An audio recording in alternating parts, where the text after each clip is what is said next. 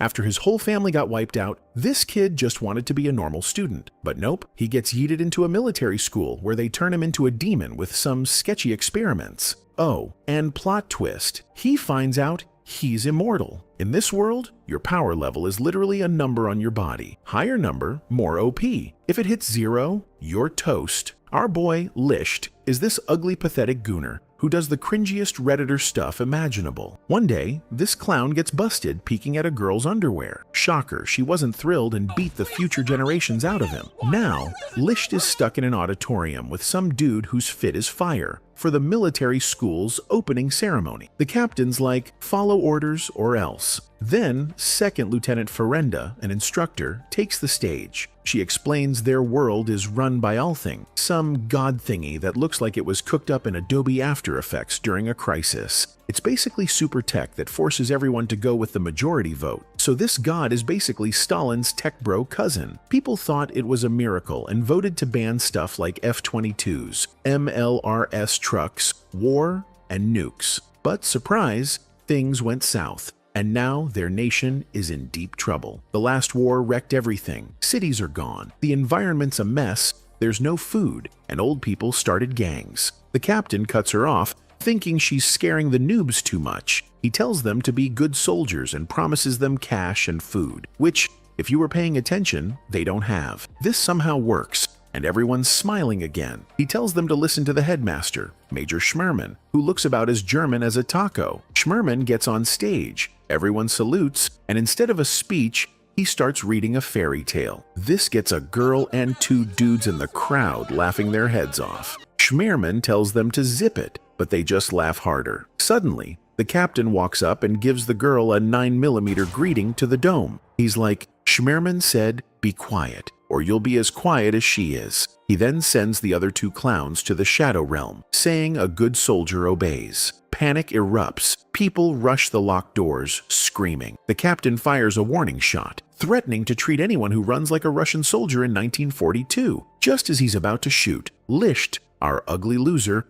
locks in, holding a random twig to Schmerman's neck. The captain thinks it's a joke, but Lisht is dead serious, pressing the stick like it's a freaking Swiss Army knife. Schmerman, completely unfazed, tells Lisht to get serious and literally shows him how to snap his neck properly. He even uses Licht's own hands to demonstrate the neck snapping technique. He's like, even someone as weak as your average woman could kill with this move if you do it right. Licht, completely baffled, asks if Schmerman is for real about this. Schmerman's like, yep, the best way to win is if I'm unalived, and promises no one else gets hurt if Lisht does the deed. But if he chickens out, these 2 random goobers are definitely goners. I mean, look at them. They're not built for this. The headmaster tells Lisht to choose. Lisht tightens his grip, making Schmerman smile, but then he backs off, refusing to do it. The headmaster is like, you really don't want to kill me, because if you don't, everyone dies. But instead,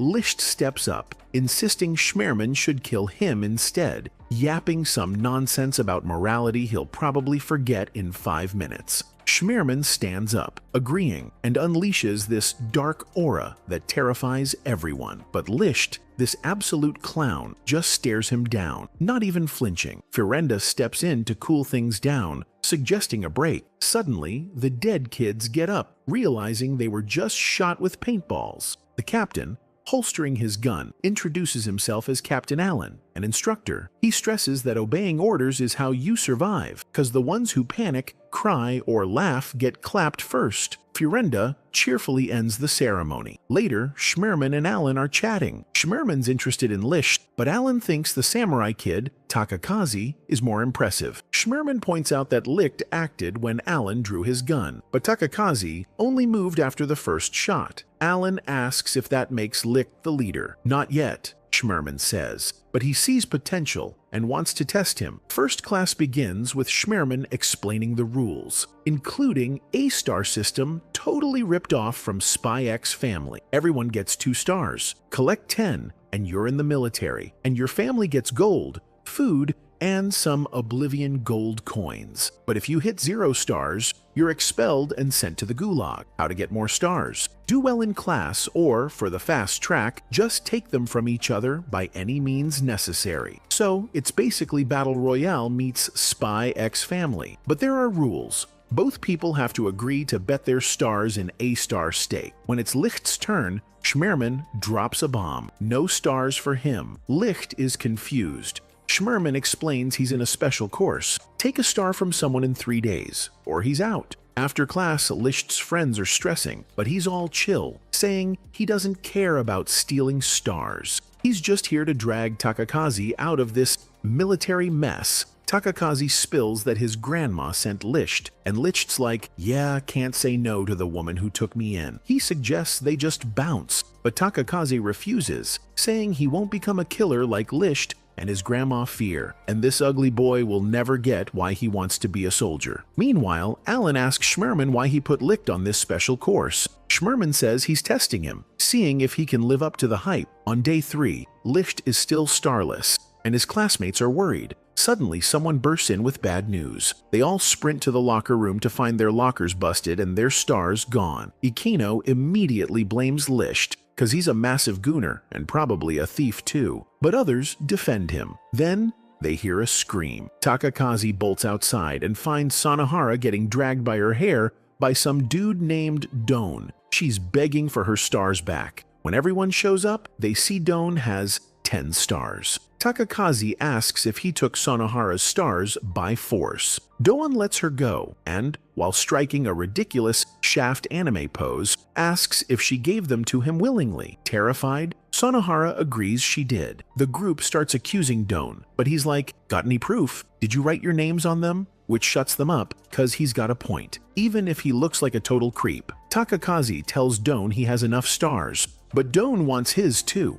A girl calls him greedy, but Takakazi asks why he should give them up. Doan, looking like a glitched Bethesda NPC, reveals it's the price for his grandma's safety. Fearing for her, Takakaze hands over his stars. He explains his grandma rents her dojo from Doan's parents, and they'd be homeless if he didn't comply. After Doan leaves, the class decides to share their stars with Takakazi, like he's some beggar. A girl offers Licht a star, but he refuses, telling her to give it to someone who needs it. He still doesn't get why everyone's so desperate to be soldiers. Takakazi also refuses a handout and decides to earn a star himself. By 5 p.m., he's still got nothing, and he's frustrated. Licht tries to cheer him up, but Takakazi reveals his grandma is starving herself to feed them. He's determined to become a soldier to provide for her, even if it means using his Glock on her if she refuses to eat. At 6 p.m., the 10-star students head to the gate. Doan thinks he's the only one, but Licht blocks him, asking for Takakazi's stars back. Doan smacks him into a wall and keeps walking. Doan gets to the gate,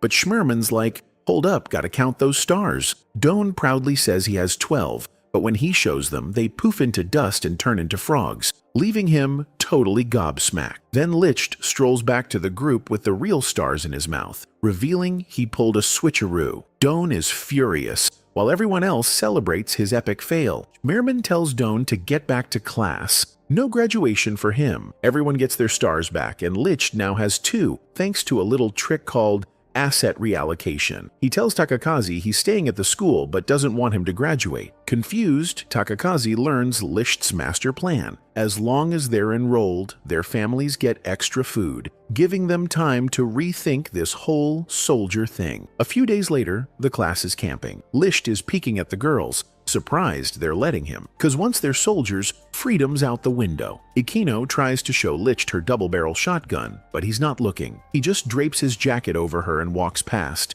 confusing everyone. Licht asks if they really want to kill people. Ikino says she'd rather not, but they don't have a choice. Schmerman shows up and tells them to aim for non-killing roles, like medics or recon. Licht wonders if that's even possible. The headmaster says it is, if they're stronger than their enemies, and promises to train them. Ikeno starts crying with joy, and the whole class is hyped about being an army that doesn't kill. Later, Schmerman sneaks into a secret lab behind his library. Ferenda explains they can't copy the voting power, but found new abilities from Althing. Schmerman asks about the war, Alan says it's coming and everyone's gearing up. David adds that Althing should have banned war for good, not just nukes. Schmerman asks David if he's found the people who know about Althing. David says he has and asks if Schmerman wants them taken care of. Schmerman agrees. David reminds him he's risking his life, and Schmerman better keep his promise. Alan assures David his genetic info is safe for future cloning. Schmerman asks Ferenda for an update on the ACES project. She says the lab rat test was a success, but there's a tiny problem. One rat went psycho and killed the others with its teeth. Schmerman asks why. No idea,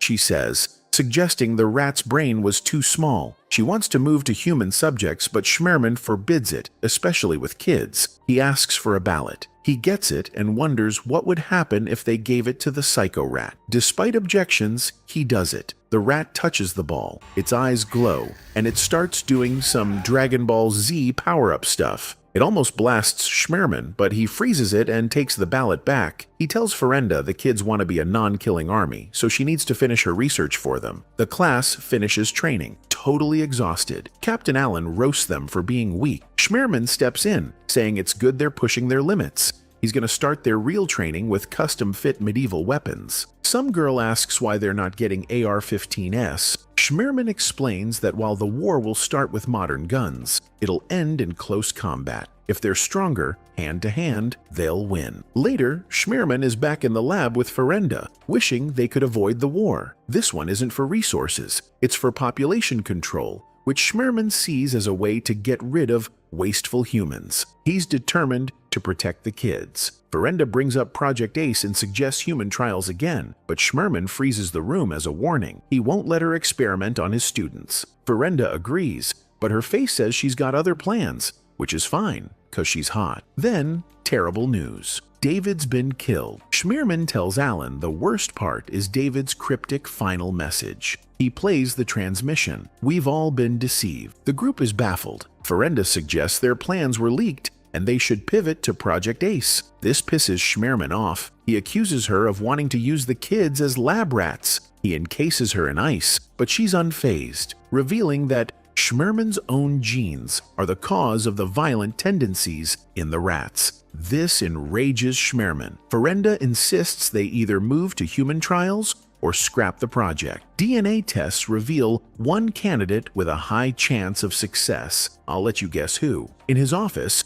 Schmerman hugs Licht and explains the situation. Licht is cool with it, as long as it keeps everyone safe and lets them be a non-killing army. The class is worried about Licht's surgery. They ask why he's the only one taking the risk. Takakaze tells Ferenda they're sick of being fodder in another generic anime with a black-haired protag, but Ferenda explains the surgery is for their protection. Since they're not pros yet, they need someone with special skills, and Licht is the perfect match for absolutely no reason. The class is sad, but Licht, this punchable-faced clown, smiles and says he'll do it to protect everyone. In the operating room, Licht and Schmerman are on beds, and Schmerman's blood is transfused into Licht. The others wait anxiously. Meanwhile, the students are outside when helicopters playing Fortunate Son appear. Alan thinks they're friendly, but it's too early for an attack. He remembers David's warning and realizes the danger. He yells for everyone to evacuate, but a missile hits the school, killing some students.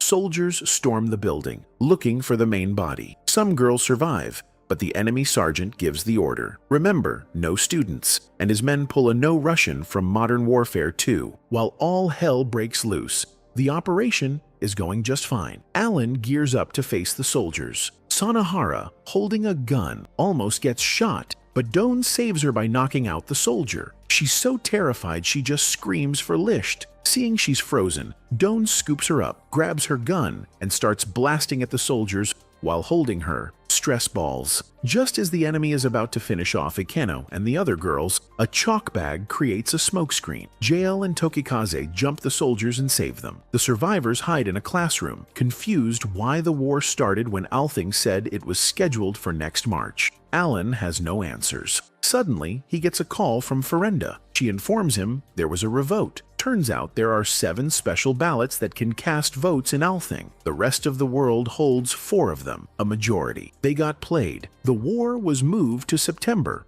without them knowing. While Ferenda is weirdly excited by this, Alan calls her out. She denies it and says, "There's a problem. The power's out. If it's not restored, Lisht will die because the gene injection can't be stopped manually. He's overloading and about to have a heart attack. Someone needs to get the backup power on." Alan learns the school is overrun, so they have to fight their way there. Knowing it's a suicide mission, Alan asks for volunteers. And of course, these bozos all agree to go save Lisht. They charge out like idiots instead of trying some Metal Gear Solid stealth. Alan caps a soldier, Takakazi finishes off another stormtrooper-looking dude, and they push outside. But more soldiers open fire like it's Call of Fortnite. Alan swiftly takes them down and says he's going ahead. They reach the power station, and Alan drops 2 more guards. Suddenly, some guy with an RPG has had enough and blows up the building, injuring Alan. He's just happy he didn't have to watch the kids die. The enemy sergeant corners Hina and Ikino,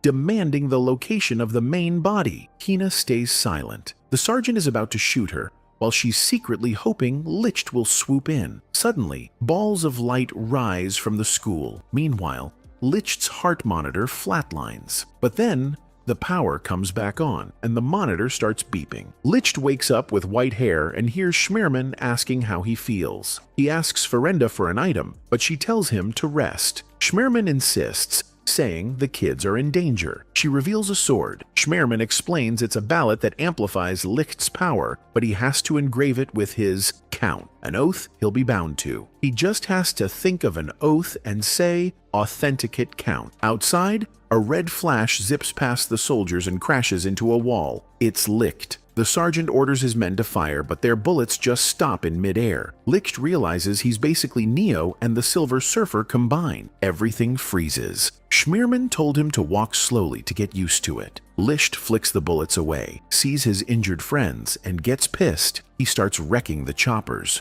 The soldiers run out of ammo. The sergeant, frustrated, asks why Licht won't just kill them. He pulls a dagger, but Licht counters, declaring they are the punch-and-kick merchant army. He overpowers the sergeant, knocking him out with his sword hilt, and resolves to end all war and killing. He knows it's a long shot, but together, they can do it. Ikino takes charge as all the girls, and even the boys, are suddenly simping for Licht's mad riz. They're all laughing when the sergeant and his men reappear, mocking their ideals. They reveal they're strapped with explosives, ready to go out with a bang. But before the sergeant can hit the button, Licht zips past, snatches the detonator, and smashes it. The sergeant insists the world is cruel. It's either they die or Licht and his friends die. He starts a manual countdown, saying this is how they protect their families. Licht begs him to stop, but the sergeant says it's an honorable death. With the countdown at 5, Licht remembers their promise not to kill. At 1, Takakaze yells for Licht to stand down as he charges the sergeant. But Licht is faster. He knocks the sword from Takakaze's hand and, in one swing, beheads the sergeant and all his men, shocking his friends with his ultimate move. Before dying, the sergeant admits he played Licht. The nuke was a lie, but he commends Licht's bravery. His friends are worried, but Licht just acts like his usual goofy self, complaining about the blood and running off to wash. Then he starts puking, unable to believe he just killed people. He realizes Doan was right. The war won't end unless they kill. He broke their promise, but decides it's okay as long as he's the only one doing the killing. He makes his choice and authenticates his count, pledging to be the one who kills for everyone. He returns to the group, sad, but promises to end the war quickly. They celebrate, but Licht decides then and there he won't let them kill anyone. Their class will be a non-killing army, except for him, because apparently he loves killing now. That day, a world war broke out to balance the population with the food supply. Licht went to war and came back, but he was different. He'd killed 337 people, unlocking his Predator missile multiple times. In the shower, he was disgusted with himself. A young girl named Nana approaches, asking if he's okay. He just smiles. Lisht became the second ace in years, acting like a big brother to her. But Schmearman's genes started messing with him. He developed unhealable scars, and the killer instincts took over more with every kill. By 10,000 kills, he'd lost his ability to goon. Even when the girls tried to cheer him up, his riz was gone. He just ordered them not to kill and walked away. The girls knew he wasn't himself anymore. Ikino insisted they'd get their cheerful Licht back. Firenda got in his head, convincing him that if he didn't kill, others would have to. He started wearing a mask and never took it off. The class marches to Schmearman's office. Takakaze declares they can't let Licht do all the killing. They want a kill streak ability too. Schmearman agrees to operate on all of them, finding 4 more compatible subjects: Takakaze, Doan, Sonohara, and Captain Allen. They hope this will help Licht, but when they try to join his next mission, he threatens to cut Takakaze down if he follows. They're shocked by how cold he's become, not realizing how much he's hurting under that silly mask. Firenda tells Allen and Schmearman it's time to go on the offensive and hunt for the other ballots. Allen is against it, but Schmearman is ready to launch Plan ALSHA. Firenda explains that with all 7 original ballots, they can get a unanimous vote and achieve godlike power to create their own utopia. Aisha. Schmearman agrees. There's no saving the world, but they can save the children. He knows Licht will never forgive him, but he'll take the blame. Meanwhile, Licht goes completely berserk, swinging his sword at his own classmates, screaming to kill the enemy. Takakaze and some other dude try to hold him back, but he's too strong. Sonohara tries to talk to him, but he cuts off her arm. Despite this, Class A still follows his order not to fight, saddened that the only thing connecting them to Licht is his desire to keep them from killing. If he loses that, he's gone forever. 2 years later, the war is over. Nana is ecstatic, recording a video diary. She's happy she doesn't have to use her powers to predict enemy movements anymore. She even confesses her feelings for Licht, planning to make the video her love letter. But Licht has been in a coma for 3 months. She vows to become more feminine for him while he's out, clueless about what really happened on the final day of the war. Turns out, Schmearman and co. collected all 7 Dragon Balls, or whatever, and voted to create their utopia, Alsha, a continent floating in the sky. They then plundered all the resources from the world below, the Abyss, to sustain it. The new population of Alsha was created from embryos, unaware of the old world. Takakaze opposed this, stole a ballot, and declared his class would rebel. Firenda stopped Allen from chasing him, insisting Licht should handle it. In their final battle, Licht killed Takakaze. As he fell, his mask came off and Licht cried. Realizing what he'd done, Firenda comforted him, but Licht blamed himself and never returned. His heart stopped beating that day. 20 years after the Waste War, Licht wakes up, looking the same but crushed by the years he missed. He never smiled again. He finds out the rest of Class A stayed behind to save war orphans, but food was scarce because Alsha took everything. To feed the children, the members of Class A sacrificed themselves. Licht and Nana escaped the military. For 300 years, he never removed his mask. Nana waited, hoping he'd return to his old self so she could propose. But after 3 centuries, consumed by regret over Alsha's prosperity built on theft, Licht decides to take down the entire organization alone. Meanwhile, a young girl named Hina watches her mom get sucked into a dark hole. Before disappearing, her mom gives her a special ballot and tells her to find the legendary ace. Hina buries her mom and begins her journey. After a long trip, she stops at a resort town. There, she meets some girls who are amazed she traveled so far. When Hina says she's looking for the legendary ace, they're like, "Girl, that's just a fairy tale." Suddenly, a weird doll floats by, and out pops Licht, scaring the girls away. Hina, however, stays put.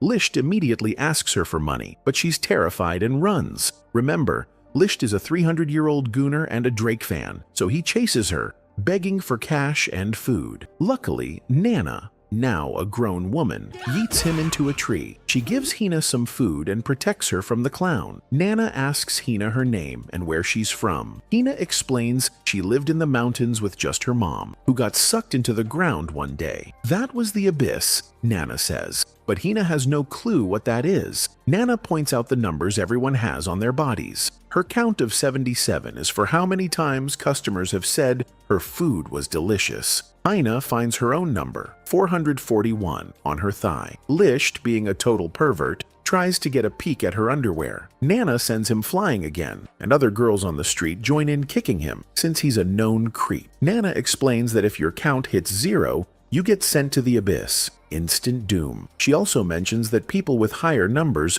must be obeyed. She asks Hina what her count is for. My steps, Hina says. Nana is floored because that's counted every 100 kilometers. This girl has walked over 40,000 kilometers. Hina explains she's been searching for the legendary ace for 5 years, just like her mom wanted. This ace has a white star and did amazing things. Hina asks Nana if she knows him, but Nana says it's just a myth. Just then, the military rolls up, and the sergeant claims to be the ace she's looking for. He's got a white star on his face, and Hina bursts into tears of joy. He invites her to his place to talk. Nana tries to stop them, but the sergeant pulls the military business card. Hina leaves, thanking Nana and Lisht. Of course, the sergeant immediately starts hitting on her. She dodges by, showing him the ballot. The soldiers get serious, and the sergeant demands she hand it over. She refuses, saying it's her mom's memento. He slices a couch to show he's not playing. He's about to attack, but she points out her count is higher, so he has to obey her. The sergeant agrees, but only if they enter a star stake. Hina, clueless, agrees. Hands shoot out of the ground, and the sergeant punches her, explaining a star stake is an official duel. He throws her out a window and starts strangling her. She begs him to stop, which means she forfeits. The hands take her count down to 1 and give the rest to him. He demands the ballot and reveals the white star on his face is fake. He mocks her for wasting her life searching for a 300-year-old myth. Just as he's about to take the ballot, Lisht flies in, saying he'll bet on her behalf. The sergeant laughs at Lisht's negative 999 count, calling him the lowest of the low, and stabs him. But his men notice Lisht isn't being sent to the abyss and is canceling out the attacks. The sergeant stops, realizing it's true. He asks Lisht who he is. Lisht dodges an attack, tells Hina to stop looking for heroes because they're just murderers, and to go live a normal life. The sergeant's slash shatters his mask, revealing his face and his true count, 5,700, with a white star. He pulls Hina close,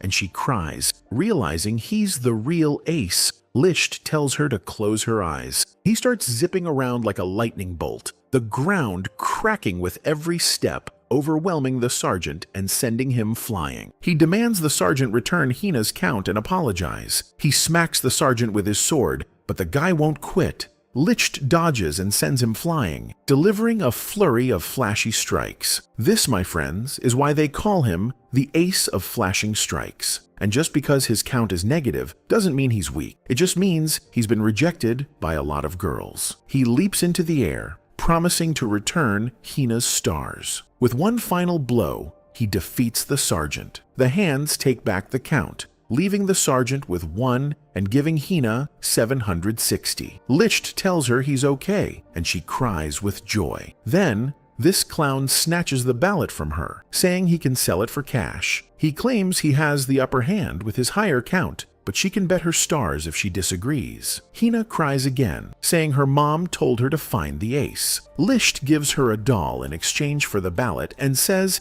he's not the hero she's looking for before leaving. She goes back to Nana, who examines the doll and tells Hina to hold on to it. The doll explodes into flowers, revealing the ballot was inside all along. Lisht never took it, but Nana warns her that possessing a ballot is a major crime. In some backwater town, 2 military officers, Lin and Peel, are helping locals. Lin is doing all the work, since her count is based on helping people. Peel tells her she'll never get promoted this way, but she doesn't care. That's when Peel shows her a wanted poster of Lisht, a legendary ace who wears a mask. Lin thinks it's a joke, but then they see a guy in a pudding costume wearing a mask. Lin tries to pull it off, but the guy points out the masks are different. She apologizes. Later, Lisht reveals himself, and they start chasing him. He suddenly stops and pushes Lin away, just as an iron spike shoots from the ground, impaling him. Behind him are soldiers led by Lieutenant Jail. Jail attacks Licht with more iron spears. Licht dodges,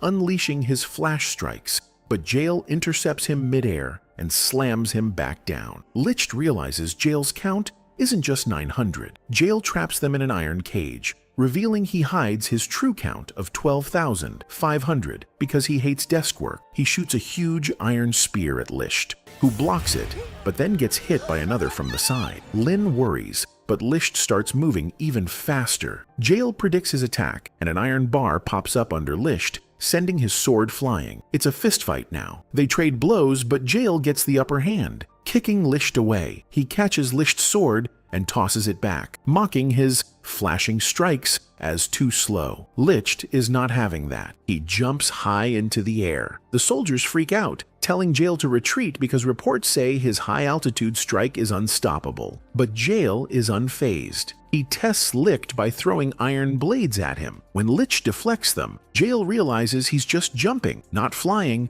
so he can't dodge in midair. He unleashes a storm of iron bars. Jail boasts that his count is based on his convictions, and his iron is as strong as his will. That's why they call him Iron Jail. Licht, unable to dodge, gets slammed by a huge iron bar and trapped in an iron prison. He accepts defeat, but Jail isn't done. He creates an iron whip to punish Licht, but Lin jumps in front, blocking the attack. She begs Jail to chill, but he roasts her for being a softie and tells her to focus on her duties. The townspeople defend her, but she agrees with Jail. Lisht tells her not to apologize. He breaks free, revealing he could have cut the iron all along but didn't want to wreck the town. Jail realizes Licht was holding back. He arms himself with iron gauntlets and attacks. Their clash shatters the ground, and Lin starts falling off a cliff. Jail immediately stops fighting to save her, but Licht is faster. He catches her, then ruins the moment by calling her heavy, which pisses her off. He tosses her to Jail, who is still jumping down. Jail isn't letting him get away,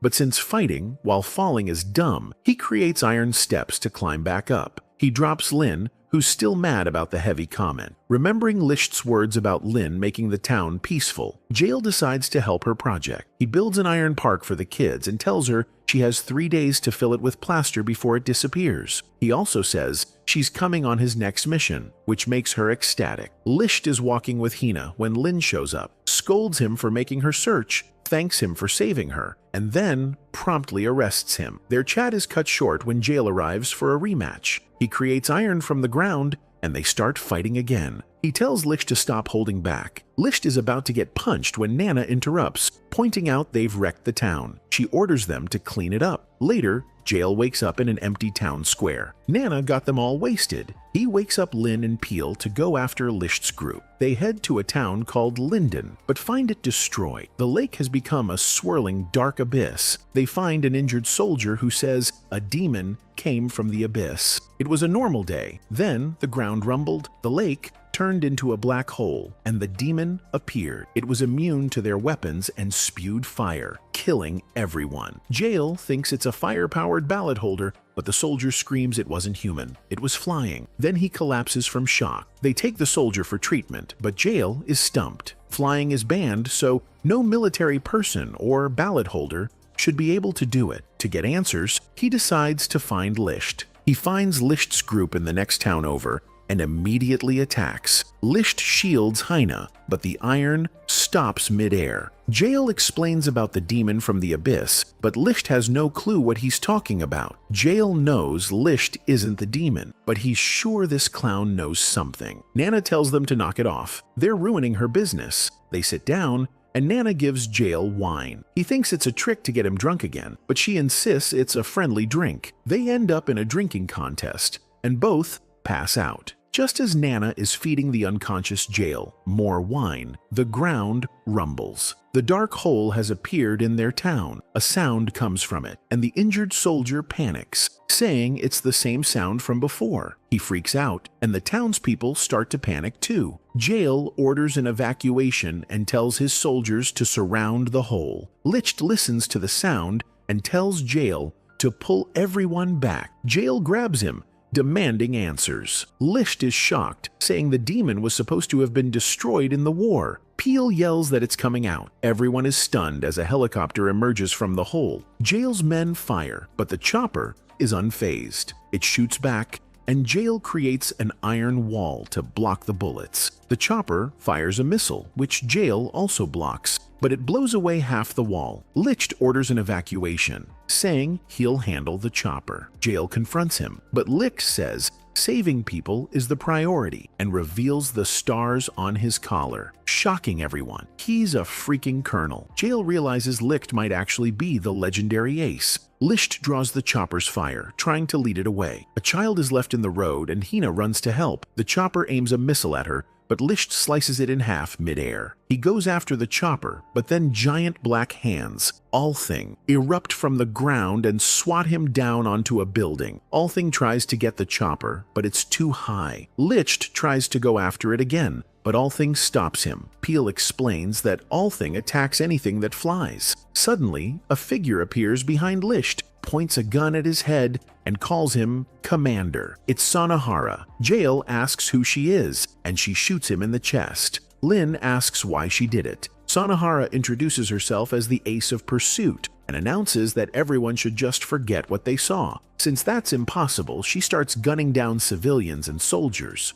Licht tries to stop her, but she hugs him from behind, saying she missed him. He begs her to stop. She hugs him tighter, saying she followed his order not to kill people, and then just keeps shooting everyone. She says she changed for him. He breaks free, and she flies higher, promising to kill everyone calmly and quickly, and that he should praise her for it. She rains bullets down on the crowd. Licht tries to stop her, but she shoots at him. He blocks the bullets, but they curve and follow him. She reminds him her power is that her shots always hit their target. The bullets change direction and nail him, sending him to the ground. Hina runs to him, but gets taken hostage by another soldier. Sanahara's goons round up the rest of the group. She tells Licht that to save them, he just has to go back to being his old self. He begs her to stop, saying he doesn't want to kill her. She says that's exactly what she wants, but he's too kind, so they pin him down and point a gun at a child's head. She tells him to become the Ace of Flashing Strikes, or the kid dies. She can feel the killing intent building in him. Licht promises to save the child, but the kid just cries for his mom. Sanahara orders the soldier to kill the child. A gunshot rings out, but when Sanahara turns, half her men are dead. Licht is wiping them out at incredible speed. He picks up his sword, ignoring Nana's pleas. He puts on his mask and declares he's the plunderer, here to take everything from Alsha. He faces Sanahara, who is ecstatic that he's back to his old self and can finally kill her. They agree to a star stake, betting all their stars. Althing officiates, and the fight begins. Nana says a fight between two aces only ends when one is dead. Lin thinks Licht will be fine, but Hina points out Sanahara's count is 32,000, while Licht's is only 5,700. A bullet finally hits Licht, slamming him into a wall. Peel says it's impossible. Licht held his own against Jail, who had a higher count. The only explanation is that Licht was hiding his true power. Licht stands up and screams, a red aura shooting into the sky as his count skyrockets. The others can't believe it. His count stops at 57,000. Sanahara is thrilled. She blinks, and he's gone. She panics, looking for him. He appears behind her. She fires, but he's already gone. She's shocked to see her bullet cut in half on the ground. Licht appears again, overwhelming her from all sides. Nana warns everyone to get away. She says when Licht releases his ace power, another personality takes over, the pure intent to kill. Schmerman Licht screams as his aura turns purple, unleashing his full power. Licht charges Sanahara. Her bullets just bounce off him. Nana screams that he's a monster who'll attack anyone, friend or foe, until he collapses. Licht hits Sonohara, and a bright light sends her crashing into a wall. Her count drops to 16,000. Nana explains that Sonohara was also controlled by another personality, but now she's back to her real self. Sonohara sees the blood on her hands and screams.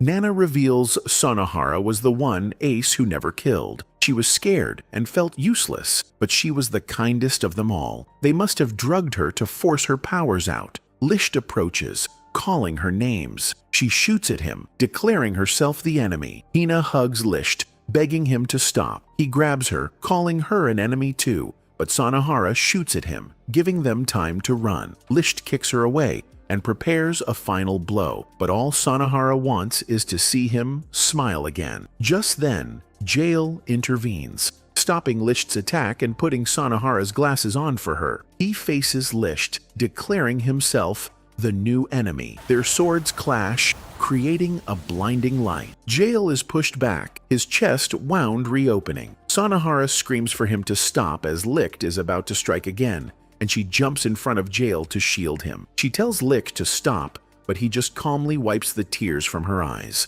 Nana warns them as Licht attacks again, but Jail easily blocks it with a tiny iron pebble, showing his conviction is stronger. He hurls an iron bar at Licht, sending him crashing down. Jail asks if this is what Licht truly believes in. Licht explains he has to kill all enemies to stop his friends from becoming murderers. Jail calls this belief flawed, but commits to fighting him properly. He puts on another glove with a counter and creates a giant iron statue to fight Licht. The statue lands a blow that sends Licht flying, then pins him down. Jail removes Licht's mask, and he returns to normal. Everyone celebrates. Sonohara thanks Jail, but he collapses from his injury. They rush to treat him. Hina is just relieved Licht is okay. Later, Jail is summoned by the Supreme Commander, who turns out to be their old Captain Allen. Jail asks about the soldiers in black uniforms. Allen reveals they're a secret special services unit, assassins for the royal family. He warns Jail to stay away from them. Back at the cottage, Licht's count is still dropping. Sonohara begs Jail not to turn Licht in, fearing they'll drug him and use him as a weapon. Jail binds her, Lin, and Peel with his iron to stop them. He's about to take Licht when Hina clings to him, begging. Nana slaps Jail, shocking everyone. She roasts him for always following orders against his will. Licht, she says,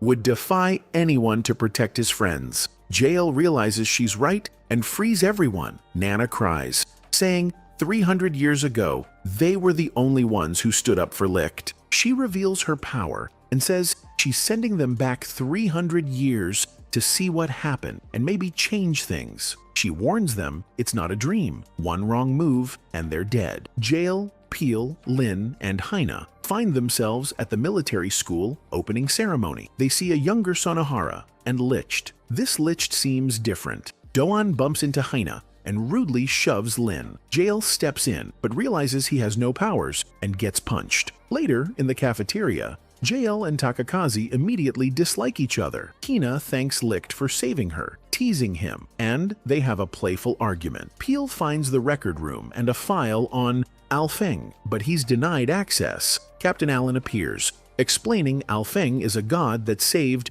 humanity. They realize Alfeng, and therefore Alsha, originated here. During a campout, their class decides to become a non-killing army. Jail becomes suspicious of Schmierman and follows him, overhearing plans to take down Althing and use the Aces project. Jail senses evil and collapses. Young Nana appears, warning him he'll be killed if he doesn't leave. She teleports him to her room, revealing she's experiment number 7 and from the future. Future Nana sent her to educate them. She explains she's the first ace with time travel powers. Jail realizes all the aces were created here. Nana explains people with genetic links to Althing, like Schmierman, gained powers. His DNA was used to create more wizards by implanting it in children. She was the only survivor of her group. Licht is next for the surgery. Jail wonders if they should stop it, but Nana doesn't know enough about the future. Jail asks why Licht becomes a killer, but she has no answers.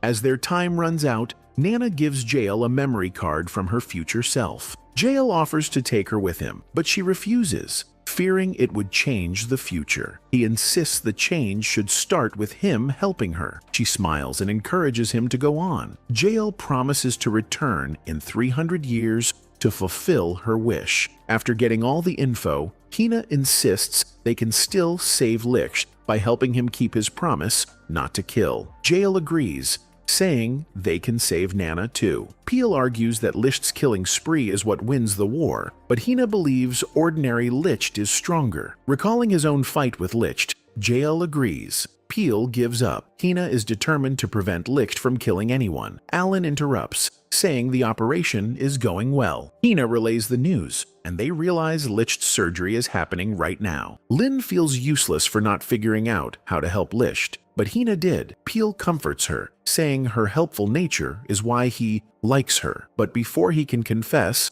the war starts, and the school is attacked. They watch Licht kill the soldiers for the first time to stop the fake nukes. Heartbroken that they couldn't prevent it, Hina rushes to find him. She finds him full of regret, not even hearing her as she tries to comfort him. Time's up. They start to glow and are pulled back to the future. Jael says goodbye to Takakazi. Hina decides she has to save Licht, but he activates his count, pledging to kill for everyone. She realizes they can't change his path, but she understands he did it to save them all. In that moment, she knows she loves him. She kisses him, promising to always be by his side, have his children, and shower him with love. They return to the future. Nana says they couldn't change the past, but she's glad they understand now. She suggests they eat, but Hina wants to see Licht. She finds him on a cliff and asks if they can pick up where they left off 300 years ago. But Licht, this absolute clown, tells her he can't because she's still a kid, and he's over 300. He covers her with his cape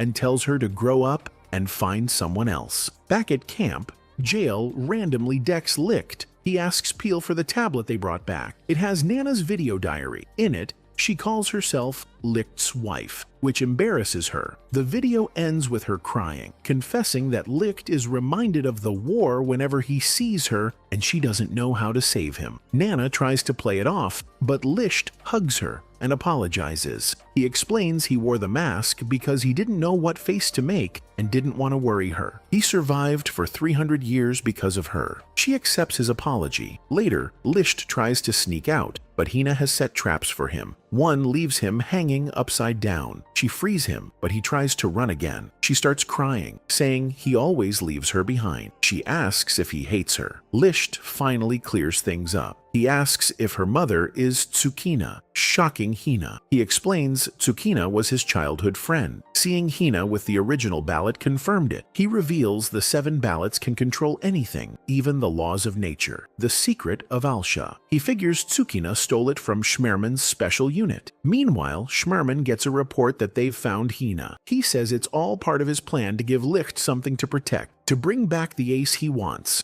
Licht tells Hina he's not the hero she's looking for and asks about her father. She says her mom told her he died. Licht reveals he was the one who killed him and that Hina met him in the past. Her father was Takakazi, and Tsukina was his fiancé. Hina is stunned. Licht says she should see him as a hero, but also as the enemy who killed her father. He tells her he's leaving again to face the enemy. Hina, completely overwhelmed, faints. Before he leaves, Jael confronts him, asking if he plans to use the ballot to destroy the nation. As an officer, Jael has to stop him if that's the case. Licht draws his sword. Jael admits he's not big on friendship, but questions if Licht is just going to abandon them like he did Class A. Licht says he has to leave because anyone who follows him might die, and he can't let them get blood on their hands. He feels guilty for breaking his promise to create a non-killing army and believes he alone should carry that burden. Jael says he knows what happened, but Licht insists he's fighting for everyone. "You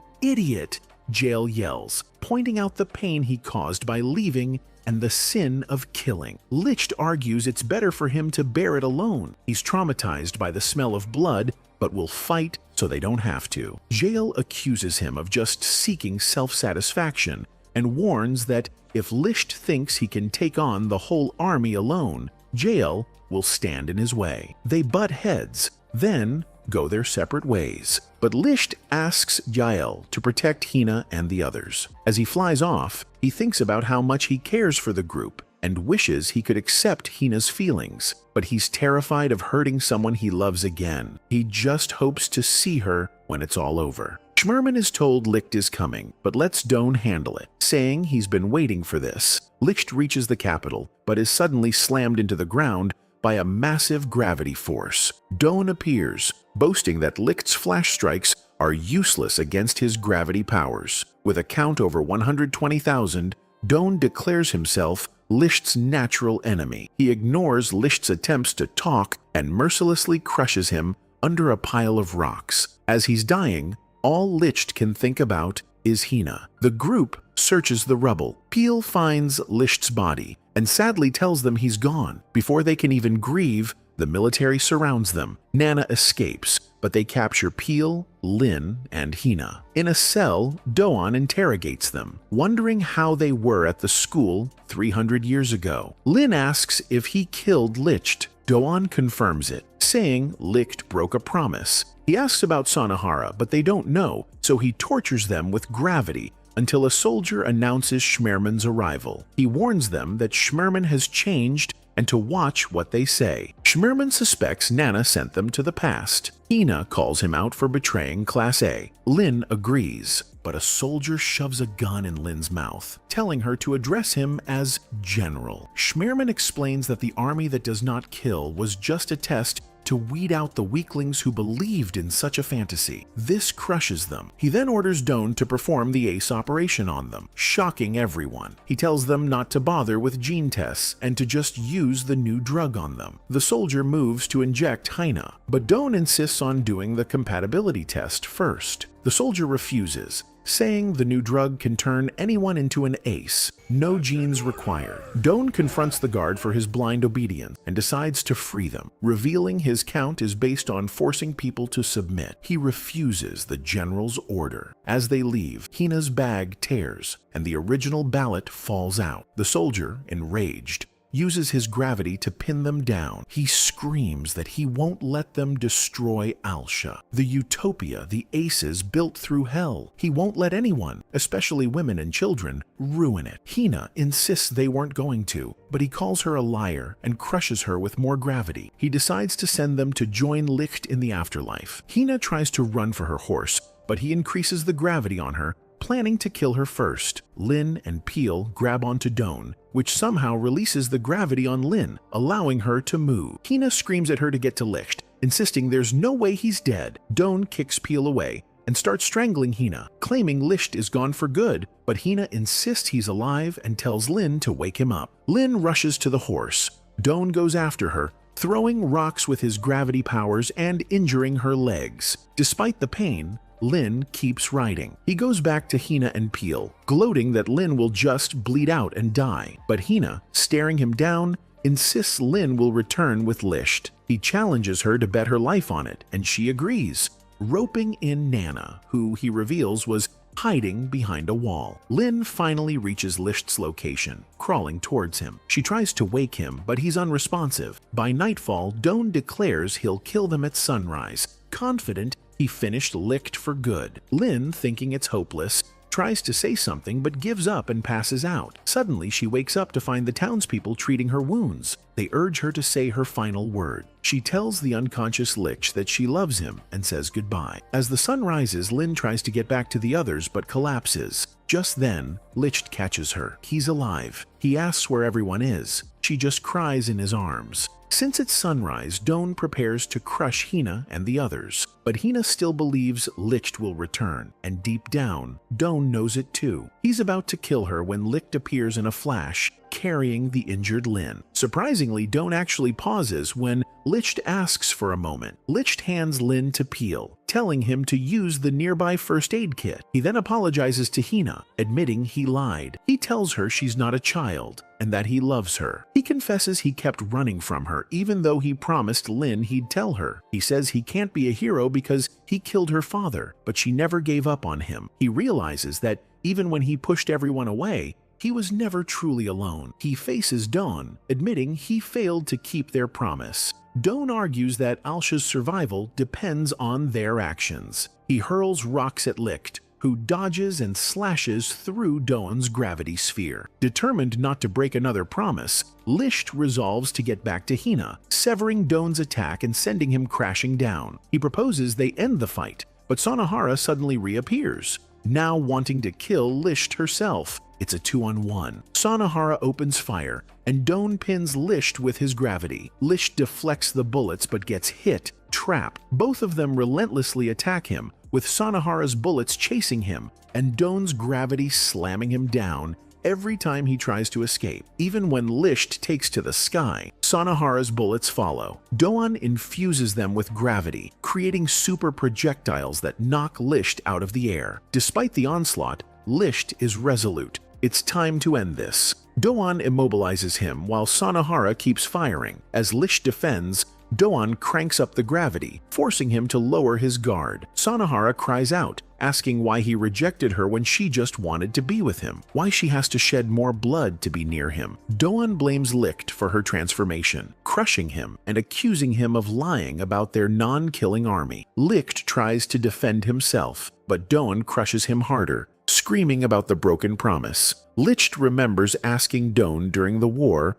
why they had to kill even children. Dawn had just said, "It's war," and that they had to be the last ones to do the killing. Licht tries to get through to him, but he won't listen. Nana jumps in, but Dawn swats her away. Unsure what to do, Licht considers unleashing his full ace power, but resists. Just as he's about to give in, Jael appears, breaking the gravity pull. "You asked me to protect everyone," Jael says, "and I don't turn down a friend's request." Dawn and Sanahara attack, but Licht and Jael deflect their blows. Jael faces Sanahara. She asks why he interfered when Licht was about to become an ace again. Jael says Licht doesn't want to. She calls him a liar and shoots, but the bullets are deflected. She mocks his low power level, but he says it's enough to stop her. She fires again. Some bullets hit, some are deflected. She boasts about being an ace, but Jael says she's not like Licht, which enrages her. She starts shooting wildly, but her bullets don't even touch him. Confused, she vows not to let Jael take her from Licht, but her attacks are useless. Jael calmly walks toward her, pointing out her bullets lack conviction. He empties her gun. She tries another, but it's the same. Without true belief,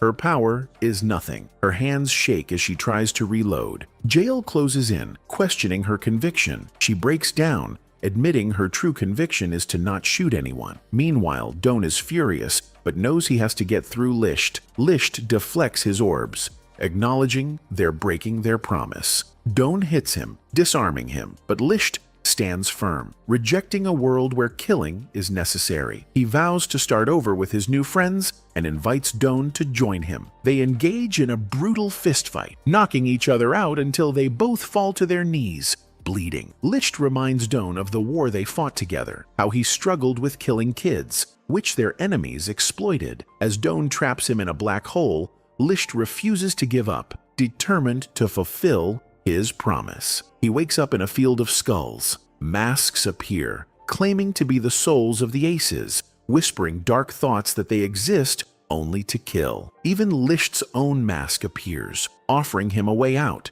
Stay here forever, where there's no one to kill. But Licht refuses. His friends are waiting. He slashes at the masks, but they just reform, calling him a commander of an impossible dream, a killer leading an army that doesn't kill. Licht admits his mistakes, but wants to make things right. The masks tell him it's impossible. He slashes at Takakazi's mask, which asks if he really wants to hold Hina with the hands that murdered her father. Overwhelmed, Licht gives up. But then, he hears Hina's voice. Dawn tells him he's not coming back, but Hina insists Licht never gives up, and she won't either. Jael and Sanahara agree. Dawn prepares to strike them, but Hina's voice gets clearer. Licht stands up, remembering his promise to her. He tells the masks he's going back to the people who matter. They warn him of the pain, but he says he now has people to share it with. He slices through the masks and shatters the pile of skulls. Dawn's orb begins to glow, and Licht breaks out, telling Dawn he still has a promise to fulfill. Dawn, furious, attacks. Licht blocks it, punches him into a wall and defeats him. The others rush to him, happy he's back. Watch this next video. See you on the next one.